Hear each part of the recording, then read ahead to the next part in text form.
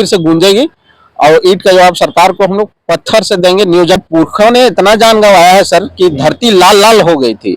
अभी नमस्कार, जोहार। आप देख रहे हैं झारखंड स्वतंत्र खबर। अभी हम बता दें कि नियोजन नीति 60-40 के छात्र लगातार विरोध करते रहे हैं, लेकिन हमारे साथ रोहित जी हैं, पीएचडी के छात्र भी हैं। लेकिन हम जानेंगे कि नियोजन नीति पर इनका क्या राय है। जोहार दादा जोहार। क्या कहेंगे नियोजन नीति के लेकर लगातार लोग विरोध भी करते रहते हैं 60-40 का, उस पर आप क्या कहेंगे? निश्चित तौर पे विरोध तो सरकार का होगा, क्योंकि जब हम लोग झारखंड बना आज से 24 साल पहले, तो 24 साल पहले क्यों बना? क्योंकि यहाँ के लोग नौकरी पेशा में नहीं आ पा रहे थे, नियोजन में नहीं आ पा रहे थे, इसलिए झारखंड बना। और झारखंड जब शुरू में बृहद बड़े स्तर पे था तो बंगाल में था, बंगाल, उड़ीसा और बिहार। उस समय जितना भी लोग नियोजन लिए नौकरी पेशा में आए, वहाँ के लोगों ने दबदबा बनाया और जितना भी नीचे स्तर से लेकर ऊपर स्तर तक जितना भी नौकरी है उसमें ये लोग चले गए। जब शुरुआत में हम लोग देखते तो झारखंड के साथ बंगाल जुड़ा हुआ था, बिहार जुड़ा था, उड़ीसा जुड़ा था। तो बंगाल जब अलग होता है तो बिहारियों ने यहाँ का नौकरी पे दबदबा बनाया और उसके साथ उड़ीसा वालों ने। अब जब झारखंड 24 साल पहले अलग हो जाता है, उसके बाद आज भी यहाँ के छात्र उपेक्षित है, नियोजन नीति नहीं बन पाया। तो झारखंड सरकार निश्चित तौर पे मजबूत नियोजन नीति बनाए और यहाँ के जितने भी सरकारी जॉब या प्राइवेट सेक्टर के जॉब है उनमें उनको नियोजन दे, नौकरी पेशा और भी रोजगार से जोड़े।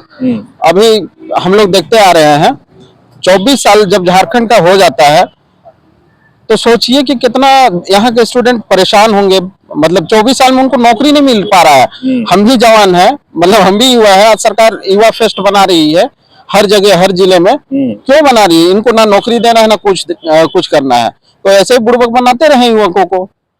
24 साल में क्या होता है झारखंड में? 60-40 का एक नीति बना के ला दिया जाता है, उसमें कौन नौकरी कर रहे हैं? ज्यादा से ज्यादा बाहर के लोग आ रहे हैं। क्यों आ रहे हैं? क्योंकि दरवाजा झारखंड में खुला है, तो इसलिए लोग आ रहे हैं और नौकरी कर रहे हैं। अभी हम लोग पीजीटी का देखिए या सीजीएल का, कल परसों सीजीएल का रिजल्ट घोषित हुआ है, यहाँ भी 12 स्टूडेंट का दबदबा है। क्यों है? क्योंकि सरकार नियोजन नीति सही तौर पे बनाई ही नहीं है। अभी हम लोग जेएमएम की सरकार अभी आई है, हेमंत सोरेन से आशा भी करते हैं कि ये नियोजन नीति अच्छे बना के लाए, ताकि यहाँ के आदिवासी और मूलवासी लोगों को ज्यादा से ज्यादा नौकरी मिले। हर एक सेक्टर, सरकारी हो या प्राइवेट, दोनों सेक्टर पे सरकार कुछ करे, ऐसा हम नियोजन नीति चाहेंगे। और एक चीज बता देना चाहते हैं सरकार को कि हम लोगों ने नियोजन नीति को लेके पहले भी मतलब आंदोलन किए हैं। इस बार भी अगर सरकार नियोजन नीति नहीं लाती है तो यहाँ सदन तक हम लोग की मांग फिर से गूंजेगी और ईंट का जवाब सरकार को हम लोग पत्थर से देंगे नियोजन नीति के ऊपर। और साथ में सरकार स्थानीय नीति को भी कम से कम परिभाषित कर दे, ताकि दोनों लगभग एक जैसा कनेक्टिविटी है, स्थानीय नीति और नियोजन नीति पर। क्या कम कहेंगे? देखिए सर, स्थानीय नीति सरकार मनसा हो तो 1932 नहीं तो 64 जो भी एक डेट ले बना दे, ताकि बाहरियों का आना थोड़ा बंद हो जाए। जो भी अब 1932 को दिएगा तो चाईबासा साइड जो है वो बाद में बना है। चाईबासा का जहां तक बात रहा सर, तो वहां पर अधिकतर लोग आदिवासी हैं। उस क्षेत्र में ना के बराबर ठीक है, आप वहां का 64 भी बना दे, कोई दिक्कत नहीं है। लेकिन जहां पर आदिवासी का बात आता है तो उनका सरनेम या डीएनए आप चेक करवा लीजिए ना, वो कई हजारों साल से रह रहे हैं। स्थानीय नीति बनाइए ना, उनको तो आप 1000 साल से भी पुराना चेक करवा दीजिएगा उनका डीएनए, तो निकल जाएगा। स्थानीय नीति बनाने का टेंशन नहीं है। अगर सरकार की मंशा साफ होना, स्थानीय नीति भी बन जाएगा और नियोजन नीति भी बन जाएगा, तब जाके यहाँ के युवक और युवतियां नौकरी और अन्य पैसे में जाएंगे। तो रोहित जी, आप कैसा चाहते हैं कि नियोजन नीति बने झारखंड में? सर, हम तो साफ सुथरा चाहते हैं, झारखंडी हित के ऊपर नियोजन नीति बने।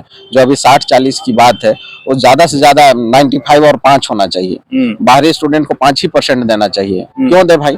हम झारखंड लड़ के लिए हैं। हमारे पुरखों ने इतना जान गंवाया है सर कि धरती लाल लाल हो गई थी। अभी यहाँ पर बड़े बाबू बन के कोई दूसरे स्टेट के लोग बैठेंगे तो हमारे साथ शोषण करेंगे। आप नगरी का एक देखे ही, सीओ साइन नहीं कर रहा था 4th ग्रेड का जॉब में, तो जब बाहर के लोग आ जाएंगे तो हमारे साथ ऐसे ही शोषण होगा।